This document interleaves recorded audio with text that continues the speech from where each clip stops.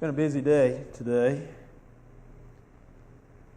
and I just want to share this story with you. It has nothing to do with the lesson, but I just thought it was hilarious.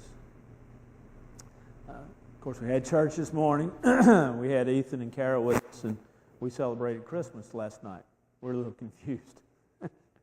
But we had Ethan and Carol with us, got up, had church this morning, had Miss Lucille's funeral this afternoon, had Devo with the kids, and so I'm here. So it's been a busy day. I was talking to the kids back there, and I love our kids, and after I got through with Devo, I was realizing something that with regards to the kids, that there was 4 or 5 of them back there that I had held when they were first born. They were like a day old. And so, that's a mark that is interesting, and I feel blessed to have done that.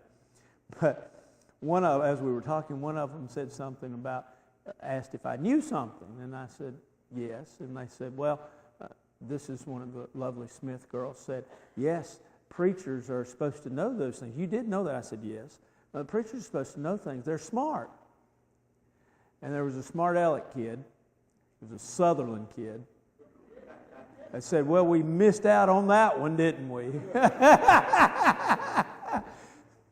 So I don't like Levi anymore. I'm sorry. I thought it was hilarious. I just had to share that with y'all. That was just too good to pass up. All right. Flip me up here, John, or whoever's up there. I'll get started now. Thanks a lot. I appreciate it, brother. We started last Sunday night looking at what we're calling peaceful pastures. Just looking at some ways to be peaceful, some areas to be peaceful, and some both between us, between man, and within us. And some of the things that we'll talk about kind of beginning next week in the series kind of runs over on what we're talking about on Sunday morning, but that's fine. I want to make some points. But we talked last week about being peaceful with regards to people. I want us to talk about being peaceful in the family this week.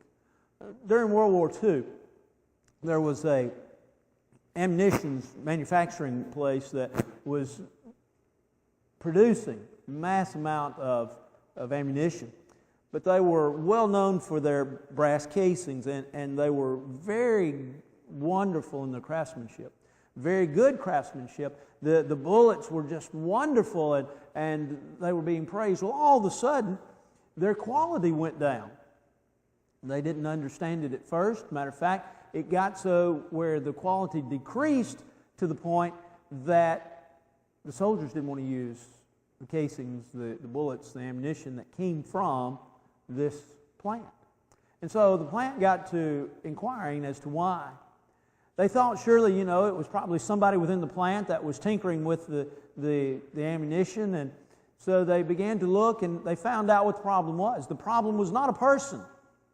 The problem was that somewhere in the line or down the line, they had, in the middle of the plant, they had put some vending machines, and they had put a peanut vending machine in the plant. And the salt, as the workers would go and get the peanuts, the salt from the peanuts was reacting with the brass casings and creating difficulties. Well, so it is in life. We have families, and families are thought to be to live forever and to do forever and to be wonderful and to live happily ever after. And the reality of it is that's a fairy tale. Families do not live happily ever after. Now, I know you say, I can't believe that. I'm shocked. Look at your family. The reality of it is families aren't perfect. We fuss, we fight, we argue. We look at each other from time to time. Sometimes we just want to just walk out. Sometimes we look at our children and we say, why am I paying for my spouse's raising? That's what Susanna always said about Ethan. We often look at our children and our children grow impatient with us. We grow impatient with our children. And sometimes the peace and harmony that is within the 4 walls of our house is nothing but a 3-ring circus, a ruckus. this evening, I want us to spend time, and I'll get to some things, and you'll see as it develops.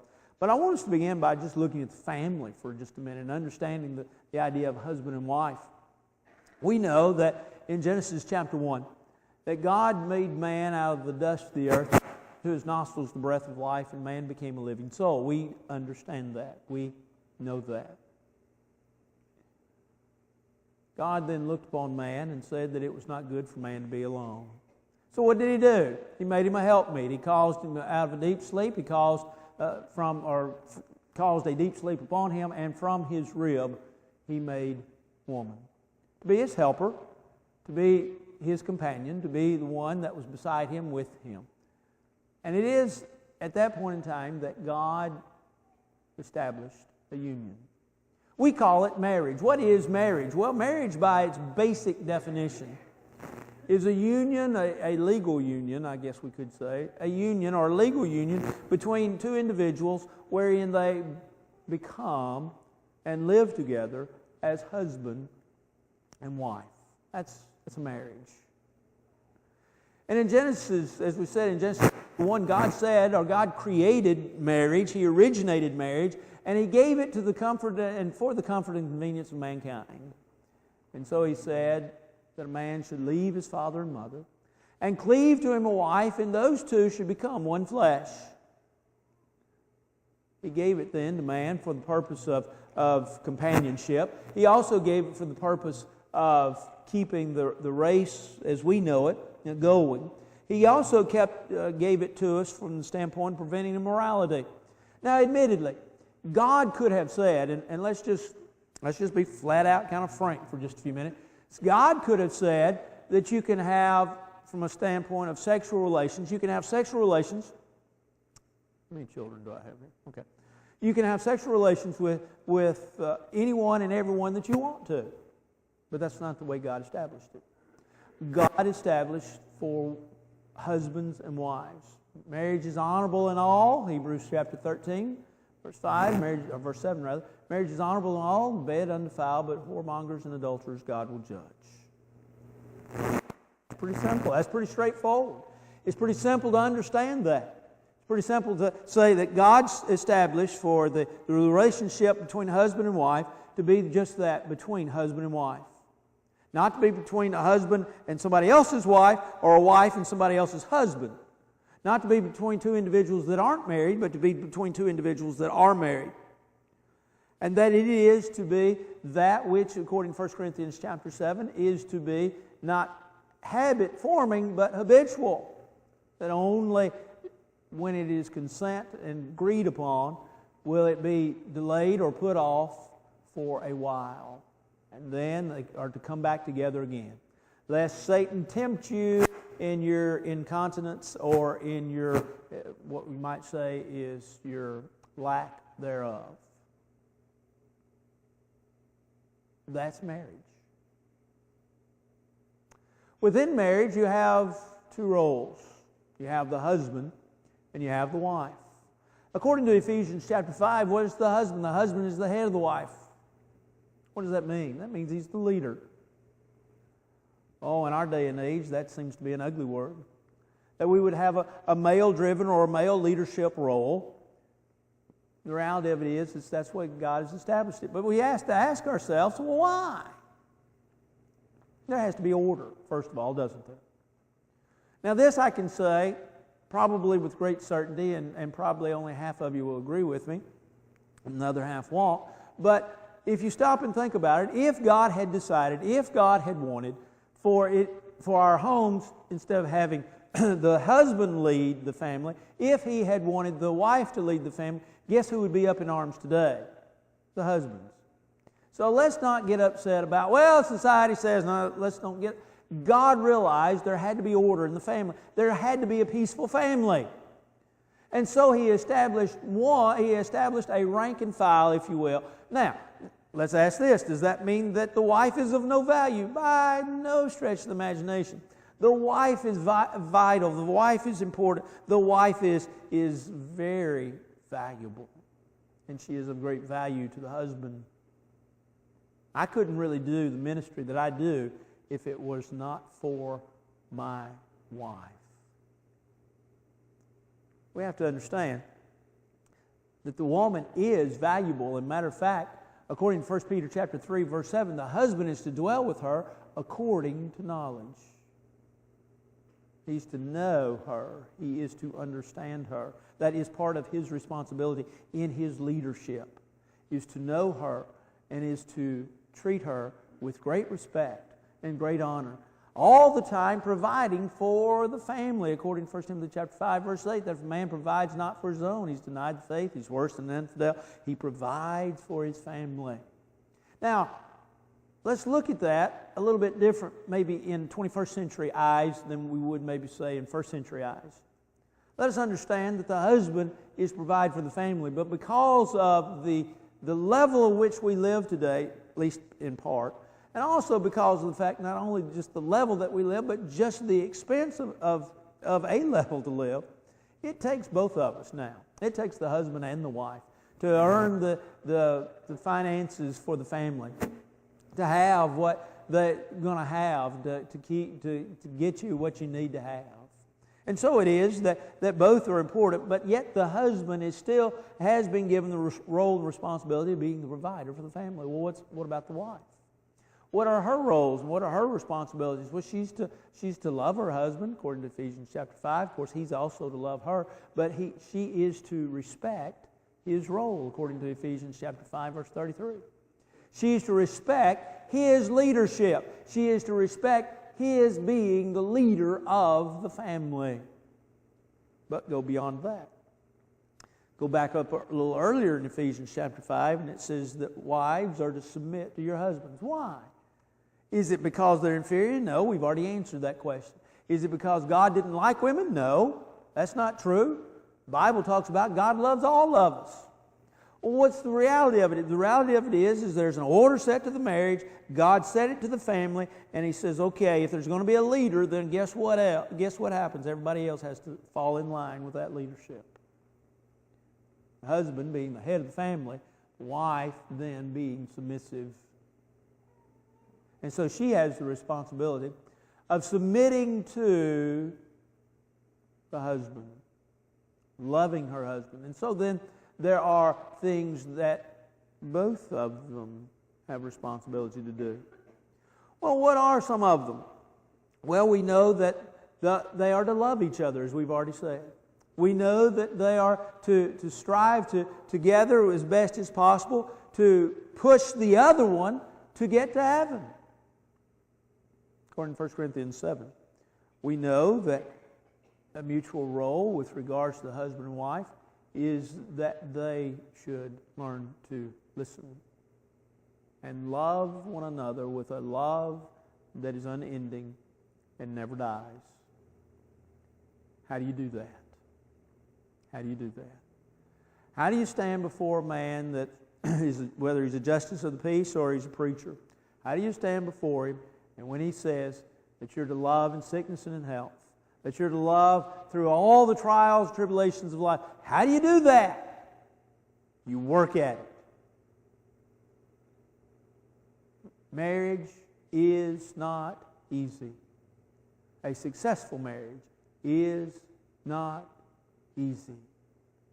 And I always marvel at individuals that have been married for years on end, for 50 years or 60 years. First of all, to be able to live that long and to be a husband and wife and both of them to live that long is a great blessing. But to live then for that period of time, I like to from time to time get a little taste, a little understanding, and I ask, what's your secret? What's your secret? Suzanne and I think it was when we had only been married 10 years. Shake your head if I get the story right in a few minutes. I meant to ask you. But I think we'd been married for 10 years, and Suzanne and I went on an overnight stay because we'd been married for 10 years.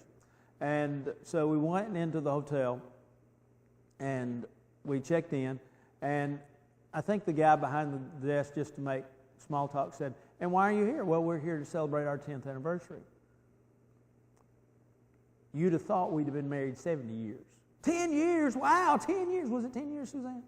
She can't remember. It's been so long ago. Both of us have forgotten.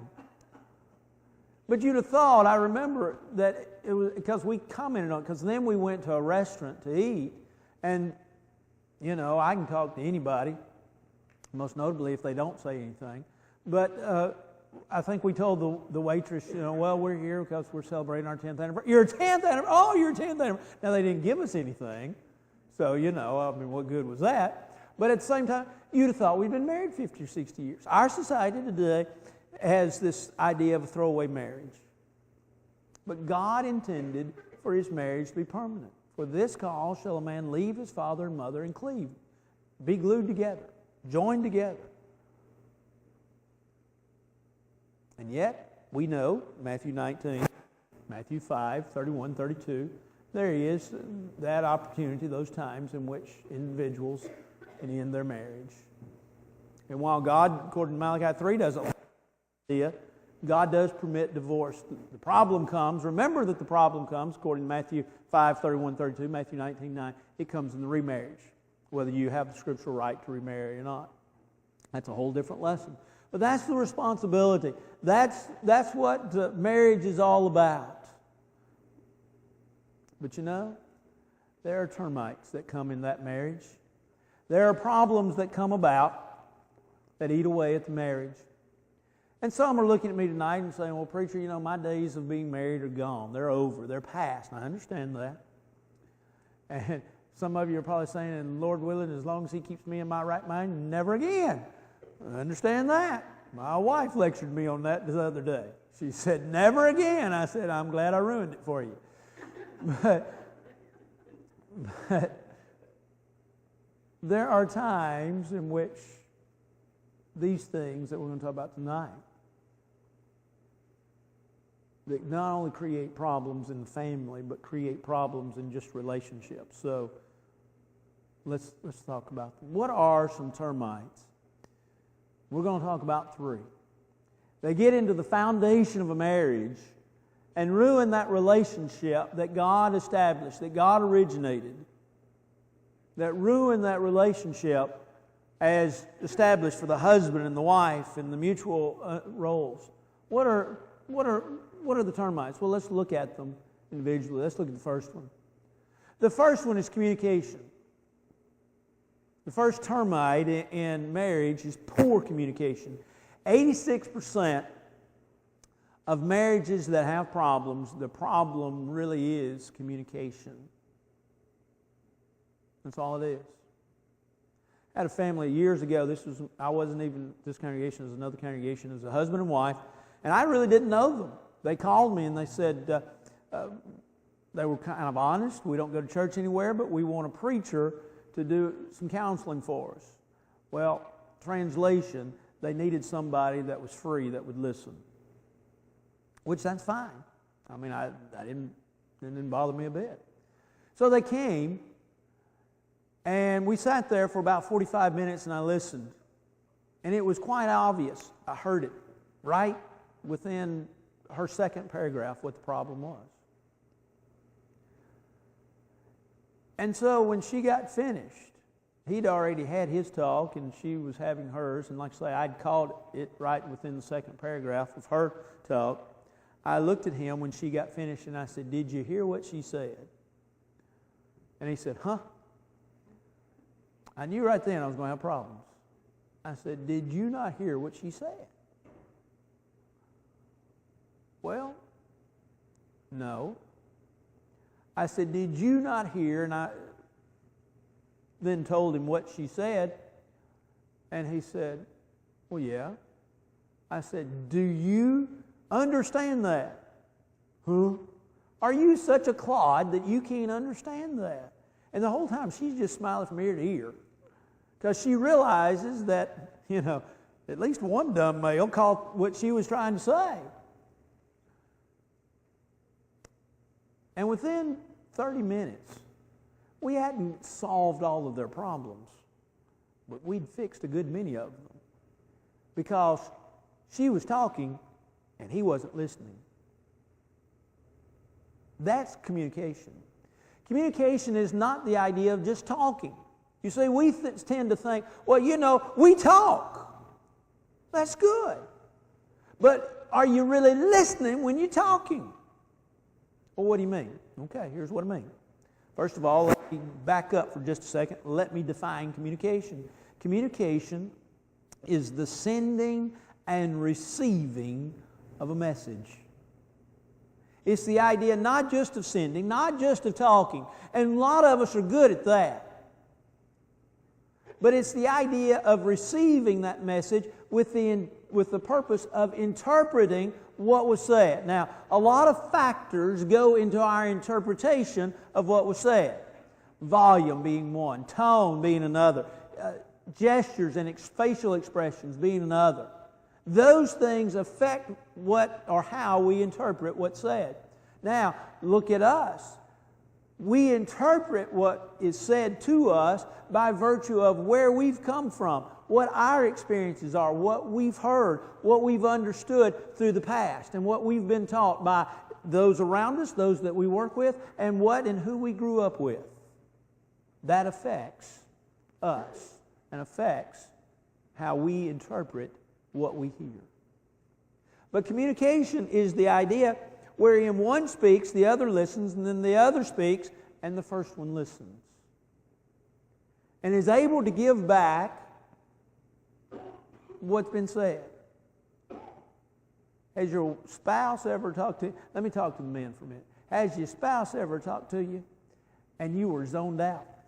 You know, you were watching that football game, or you were thinking about work, or you was thinking about taking a nap, or whatever it was that you were thinking about, or maybe the problem was you wasn't thinking. Say amen to that one. You wasn't thinking, and all of a sudden she quizzes you. What did I say? And you don't know. Why? Because y'all weren't communicating. She was talking. There's a difference. Word fitly spoken. Remember what Solomon said in Proverbs 25? Word fitly spoken is like apples of gold in pictures of silver. In other words, words spoken at the right time, in the right way, with the right intent. It's a beautiful picture. But it's a beautiful picture because words spoken are words that are understood. When we communicate, we have to learn to talk to one another. When we communicate, we have to learn to listen. When we communicate, we have to learn to maybe even look at one another, to choose our words, to be honest. To be honest in what we have to say.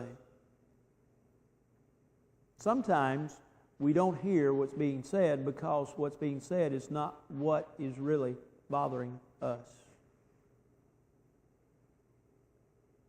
You ever guilty of that? He should know.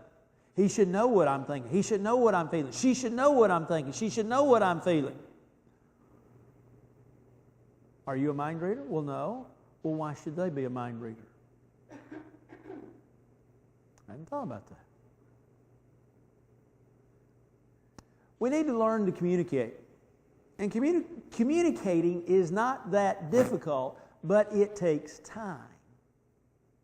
Communicating is the idea of talking and being able then, when you listen, to give back what is said to you in a fairly direct quote what was said. Have you ever had times in your marriage, or have you ever had times in a relationship with another person where you say, I hear what you're saying, and here's what you're saying, and they go, nope, that's not it. You know why? It probably wasn't due to the fact you weren't listening. It was probably due to the fact that you weren't interpreting what they were saying. Now, maybe it's because they weren't talking on the same wavelength you were talking on. I could really throw a lot of Bible at you in a lot of different ways, and you might not even understand what I'm talking about. So it doesn't do you any good. And that whatever time that we did that, or I did that, wouldn't benefit you at all. If I get it to down on the level that I can understand, hopefully you can understand. And that's communication. When couples, when families quit communicating, When families quit talking, when families quit understanding, when families quit spending time together, the foundation of the marriage begins to erode. You've probably heard this story. But it's a story of a lady that came into a lawyer's office one day and she wanted a divorce. And so the lawyer looked at her and he says, do you have any grounds for divorce? And she said, well, I got an acre. He said, oh, okay. He said, well, let me ask you another question. He said, do you have a grudge? No, but we got a real nice garage. Got a nice carport. He said, okay. He thought for a minute and he said, well, does he beat you up? And she said, no, I get up for him every morning. He scratched his head and he thought for a minute and he said, ma'am, he said, why in the world do you want a divorce? And she said, because I've been married to him for 25 years and we still don't communicate real well. Was it him? Was it her? Was it both? One of the great termites in any relationship is the ability to communicate. If you don't communicate, guess what happens? It's like not watering your plant. I have a peace lily that was given to me by some members here in my office, and I love that peace lily. And if you ever come by my office and I'm talking and you realize I'm not talking on the phone or talking to Sherry or somebody, I'm talking to my peace lily. He's heard a few sermons. But that peace lily is fragile from the standpoint of if you don't water it, what does it do? It just wilts. And sometimes I'll forget to water it at the end of the week. And I'll come in over like on Sunday or come in on Monday and it's wilted. And if I put water on it, by mid-afternoon, late afternoon, it's all perked up and ready to go. That's what communication does to a marriage. That's what communication does to a relationship. It builds it up. It keeps it going. So be honest in your communications. Tell what you need to tell and learn to listen. 3 vital aspects in communication. But a second termite that we have in families and in relationships is what's called conflict resolution. In other words, we can't resolve our conflicts. It's not necessarily that we love to argue, but it is the fact that we do argue. While the servant of the Lord, according to 2 Timothy chapter 2, verse 24 and 25, the servant of the Lord must not strive or argue, depending upon the version that you use. We must be individuals that are peaceable people. As much as lies in you, live peaceably, Paul said in Romans chapter 12, verse 17, with all men. Well, that would include in the home. Living at peace, being at peace, trying to get along with one another. How do we do that? Because inevitably, sometime along the line, we're not going to see eye to eye. Somewhere along the line, in any relationship that you have, but we're talking about families tonight, any relationship that you have, you're not going to see eye to eye with people that you're talking to. You're going to disagree. And depending upon how you conduct that conversation, depending on how you conduct yourself and they conduct themselves, depends on how well that relationship will move forward. While it's a soft answer that turns away wrath, Proverbs 15, verse 1, we need to learn some things with regards to resolving conflict. Number one, before we ever move forward, is the idea that conflict must be resolved. If conflict is never resolved, guess what? It's never resolved. Well, preacher, come on. Think about it. If conflict is never resolved, it's never resolved, so the problem's always there. The problem exists. It's like not nursing a wound. What does it do? Well, he gets infected. If it gets infected bad enough, what happens? Well, you could lose function of whatever that is that has the infection. So infection has to be treated, right? Yes. So does conflict. So you have to understand the idea of resolving your conflict. Now, resolution of conflict can take all different kinds of forms. Brother N.B. Hardeman used to have a great tan.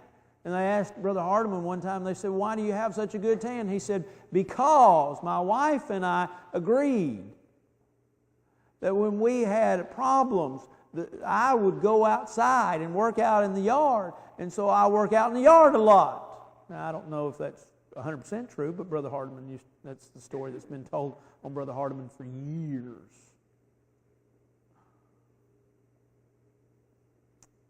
But conflict resolution can come from the standpoint of learning to get it out, get through it, and get it solved before you go to sleep. Be angry and sin not. Let not the sun go down on your wrath. Remember that in Ephesians chapter 4? You say, well, that's talking about relationships. Well, what's a family? What's the idea? The idea is Paul says, be angry. The idea, you're going to be angry, but don't sin in that anger. Don't let the sun go down on your wrath. Settle the problem. Settle the issue.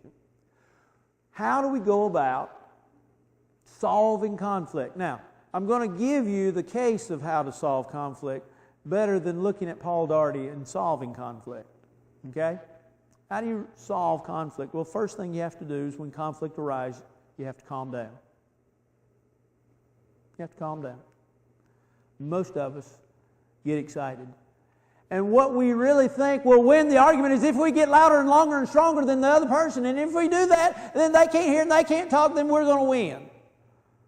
And conflict, for most of us, is about winning. Not really, it shouldn't be. But that's what we think. So we have to calm down. Well, then what's the next thing? We have to lower our voices. We have to lower our voices. If a soft answer does turn away wrath, and I believe that it does, then we have to learn to sort of get a hold of our emotions. You see, if we're going to calm down, we have to lower our voice and kind of arrange our emotions so that we can have an intelligent discussion over what is disagreed over. Preacher, ain't nobody going to do that. Because when we get into an argument, we get into discussion, all we see is red. And we want to win. After all, we're right there wrong. Isn't that the way it works? Sure. So then what do we have to do? We have to state what they say. I've done this with not too many couples, but with some couples. State what they say. Do what? When you're in the midst of discussion and you're not seeing eye to eye, and you've calmed down and you've lowered your voice, you begin to listen to what they say. And you restate what they've said the way you've heard it. And then they're able to tell you, no, you didn't hear this, or you didn't hear that, or that's not what I said. Here's what I said. Then what do? You propose a problem, or you propose a solution for the problem. Here's the problem. See, it's what's called the class method. Calm down, lower your voice, range what you're going to say, state what you're feeling, restate what's being said, and then propose a solution. Most couples have difficulty with this. Most couples have problems trying to arrange it all out in a way that they come to an end. Here's what happens. One of the things that happens is first of all, there's never the resolution to resolve the conflict. Therein lies part of the problem. One of the things that ought to be taught to every couple that is about to get married by somebody that's doing the teaching to the young couple is that they need to resolve their conflict. And they have to come to an understanding of how they're going to resolve their conflict. How are we going to learn to see eye to eye? And can we at times agree to disagree? Well, we have to learn to agree to disagree. We have to learn sometimes they may be wrong, but we're still going to let them. But we have to understand that if we don't resolve our conflict, our marriage will be eroded. Our relationship will erode. And so we have to understand, communicate well, but in communicating, remember and resolve our conflicts. Do that with your friends. You got a friend, sure that you got friends you're going to argue with. If they're good friends, you're going to argue with them. Resolve your conflict or you'll have problems. But then thirdly, the third termite in the family is money. Money is the third conflict. These are the top three, by the way, as far as conflicts. There are other conflicts, but these are the top three. But money poses a tremendous problem in families. Why? Well, there's the idea of who's going to spend and how much are you going to spend. Those are two great questions. Who's going to spend it? Well, the old joke is, my wife spends all my money. Well, there's plenty of men that spend money. You know, we men, we have expensive hobbies. Golf and cars and gardens and tools and all kinds of things.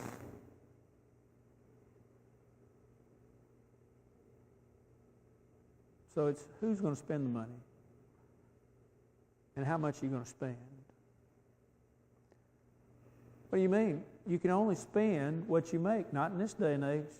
You can borrow money. It's called a credit card. I understand they're great things. But I also understand they're terrible things as well. Young couples in debt now, $6,000 to $8,000 to $10,000 just on their credit card. We're not talking about school loans, house loans. We're just talking about, or even personal loans, we're talking about credit card debt. Where did it come from? Well, you know, they thought they needed three computers apiece. They needed 60-some-odd inch screen TV in every room of the house. They needed all these kinds of services for everything. And so they just kept adding and adding and adding. And then the car broke down. They didn't have enough money, so they put that on the credit card. And then before you knew it, they were up $6,000, $7,000, $8,000 in debt. And with most credit cards going anywhere between 18 and 25%, it adds up. So what's the answer? Well, the answer is to know what you have and know how to spend it. The answer is to be very careful. To know, as Solomon says, that a man needs to know the state of his flock in Proverbs chapter 27 and verse 23. We need to know how much we have. And we need to make sure that our outgo doesn't exceed our income.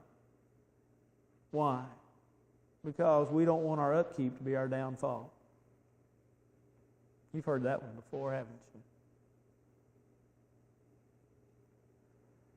So we need to be very careful with our money. What should we do? Well, we should plan a family budget. One of the things that I do in premarital counseling is I make them plan a budget. I've got a good friend that actually sends for the credit report for both the husband and the wife, or the fiance, the two individuals that are engaged before they get married, and he takes it then and shows it to the other one.